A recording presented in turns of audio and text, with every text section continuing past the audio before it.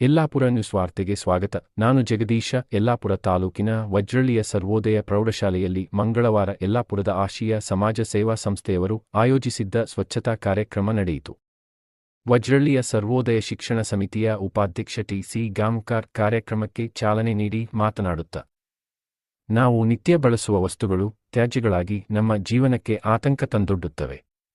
ನಾವು ನಮ್ಮ ಇರುವಿಕೆಯನ್ನು ಪರಿಸರಕ್ಕೆ ಪೂರಕವಾಗಿ ದಾಖಲಿಸುತ್ತಾ ಹೋಗಬೇಕು. ಹಾಗಾದಾಗ ಮಾತ್ರ ಆರೋಗ್ಯಪೂರ್ಣವಾದ ಪರಿಸರ ನಮ್ಮದಾಗುವುದು.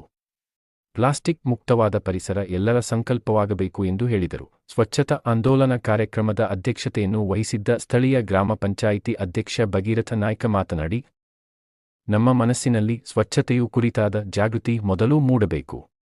ನಾವು ಬದಲಾಗದೆ ನಮ್ಮ ಜೀವನ ಬದಲಾಯಿಸಿಕೊಳ್ಳಲು ಸಾಧ್ಯವಿಲ್ಲ. ಆರೋಗ್ಯಪೂರ್ಣವಾದ ಬದುಕನ್ನು ಯೋಚಿಸಿ ಸ್ವಚ್ಛತೆ ಕಾಪಾಡಿಕೊಳ್ಳಬೇಕು ಎಂದರು.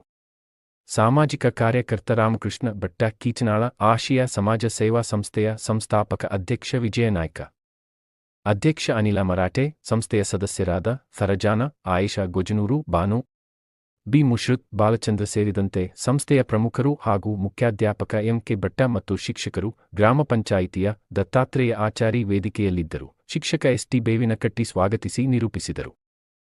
ವಜ್ರಳ್ಳಿಯ ಬೀಗಾರ ಬಸ್ ನಿಲ್ದಾಣದಿಂದ ಹೊನ್ನಗದ್ದೆ ಕ್ರಾಸ್ವರೆಗೆ ಆಶೀಯ ಸಮಾಜ ಸೇವಾ ಸಂಸ್ಥೆಯ ಸದಸ್ಯರು ಸಾರ್ವಜನಿಕರೊಂದಿಗೆ ಸ್ವಚ್ಛ ಮಾಡಿದರು.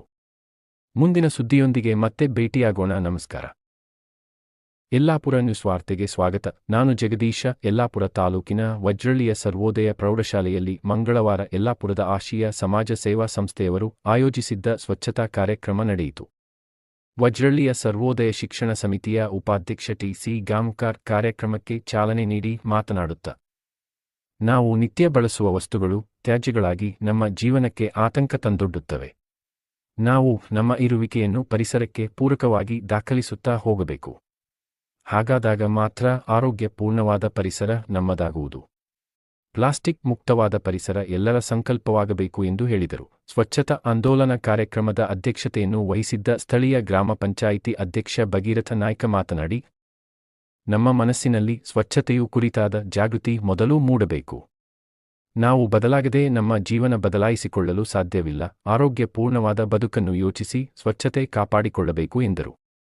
ಸಾಮಾಜಿಕ ಕಾರ್ಯಕರ್ತ ರಾಮಕೃಷ್ಣ ಭಟ್ಟ ಕೀಚನಾಳ, ಆಶೀಯ ಸಮಾಜ ಸೇವಾ ಸಂಸ್ಥೆಯ ಸಂಸ್ಥಾಪಕ ಅಧ್ಯಕ್ಷ ವಿಜಯ ನಾಯ್ಕ, ಅಧ್ಯಕ್ಷ ಅನಿಲ ಮರಾಠೆ, ಸಂಸ್ಥೆಯ ಸದಸ್ಯರಾದ ಫರಜಾನ, ಆಯೇಷಾ ಗೊಜನೂರು, ಬಾನು, ಬಿ ಮುಶ್ರುತ್, ಬಾಲಚಂದ್ರ ಸೇರಿದಂತೆ ಸಂಸ್ಥೆಯ ಪ್ರಮುಖರು ಹಾಗೂ ಮುಖ್ಯಾಧ್ಯಾಪಕ ಎಂ.ಕೆ. ಭಟ್ಟ ಮತ್ತು ಶಿಕ್ಷಕರು, ಗ್ರಾಮ ಪಂಚಾಯಿತಿಯ ದತ್ತಾತ್ರೇಯ ಆಚಾರಿ ವೇದಿಕೆಯಲ್ಲಿದ್ದರು. ಶಿಕ್ಷಕ ಎಸ್.ಟಿ. ಬೇವಿನಕಟ್ಟಿ ಸ್ವಾಗತಿಸಿ ನಿರೂಪಿಸಿದರು.